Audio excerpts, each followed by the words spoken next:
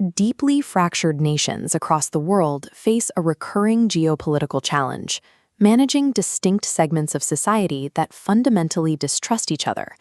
Political scientist Arend Lijphart addressed this through consociationalism, an elite power-sharing mechanism designed to keep these segments structurally insulated from one another. This map shows the Kingdom of Belgium, which serves as the global baseline for consociationalism in its most rigid, advanced form. Belgium is defined by a primary demographic cleavage, a linguistic divide between Dutch-speaking Flanders in the north and French-speaking Wallonia in the south. The capital, Brussels, creates a geographical anomaly.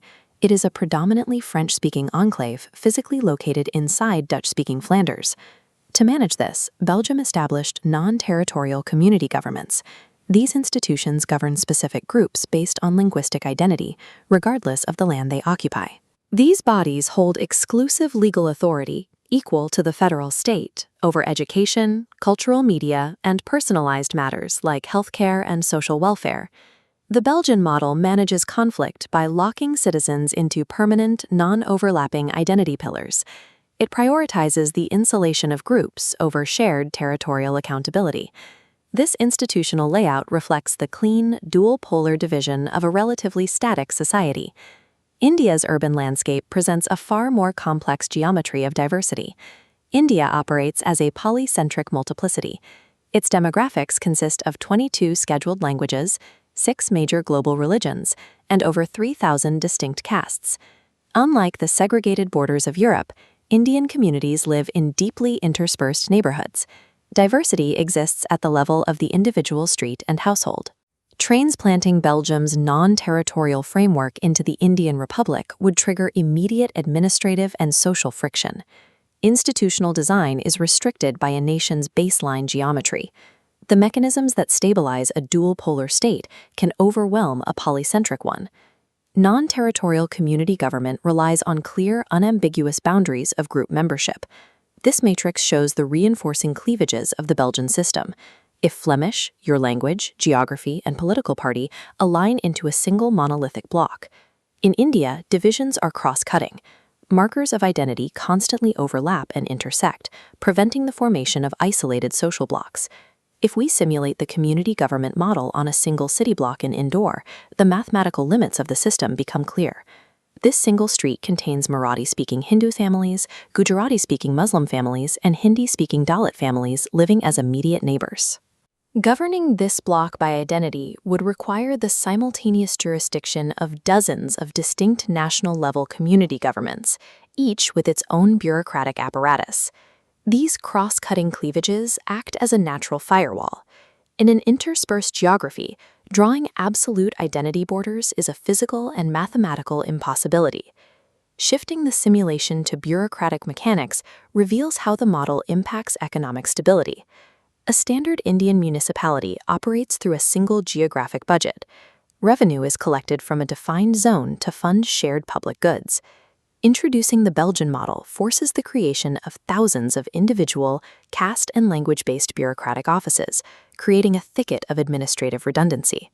This necessitates non-territorial tax allocation, where citizens fund their specific identity group rather than their geographic municipality. Local governance begins to fail as revenue streams divert into closed-loop identity nodes. Shared infrastructure, such as roads and water pipelines, is left without a clear funding source.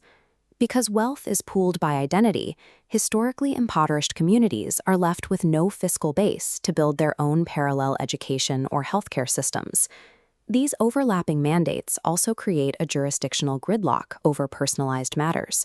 Consider a local neighborhood hospital built and managed exclusively by the Gujarati community government. The model raises a critical legal question. Can this hospital refuse emergency treatment to a non-member residing on the same street? Attempting to untangle thousands of constitutional mandates over shared urban spaces would exhaust the capacity of the Indian judicial system. At this scale, non-territorial autonomy generates a self-consuming bureaucracy. Resources are diverted to maintaining administrative offices rather than governing, paralyzing the state's functional operations. Beyond the fiscal strain, the Belgian model demands a significant philosophical sacrifice regarding the nature of citizenship.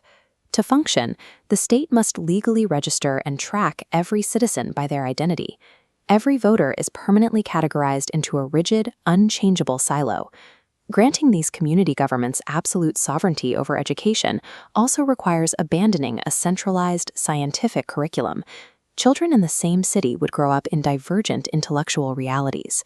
Hyper-nationalist or communalized narratives could replace the shared civic baseline that holds a multi-ethnic nation together. This institutional segregation fundamentally contradicts the foundational vision of the Indian Constitution. Architects like Dr. B.R. Ambedkar sought to dismantle primordial identities. Their goal was a unified, integrated society where an individual's legal standing is independent of their caste or community. Consociationalism incentivizes politicians to keep their groups insular. This destroys the exact civic cohesion that the Indian Republic was designed to build. India maintains an extensive, indigenous architecture for protecting marginalized minorities, separate from the consociational model.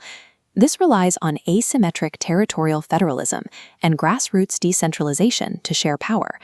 The 73rd and 74th constitutional amendments created a third tier of democracy, shifting authority to thousands of local panchayats and municipalities. This system anchors political power to the lowest possible geographic level, rather than to a non-territorial identity. Within these local bodies, constitutional reservations ensure representation for scheduled castes, scheduled tribes, and women through mandatory quotas. A local leader elected to a reserved seat remains legally responsible for the entire physical village. They must manage the infrastructure for all residents, regardless of their specific community background. Further flexibility is provided by the 6th Schedule, which allows for autonomous district councils to protect customary laws and cultures of highly concentrated indigenous groups. Tying political accountability to shared territory necessitates cross-community cooperation. It builds bridges of reliance rather than walls of insulation. The Belgian system of community government succeeds as an institutional buffer for a small, static society with clear borders. It manages social divisions by keeping groups institutionally apart. India's scale and interspersed demography make this form of insulation physically and administratively impossible. Effective institutional design must respect a nation's unique societal geometry. The Indian Republic relies on flexible territorial decentralization that prioritizes structural integration over institutionalized segregation.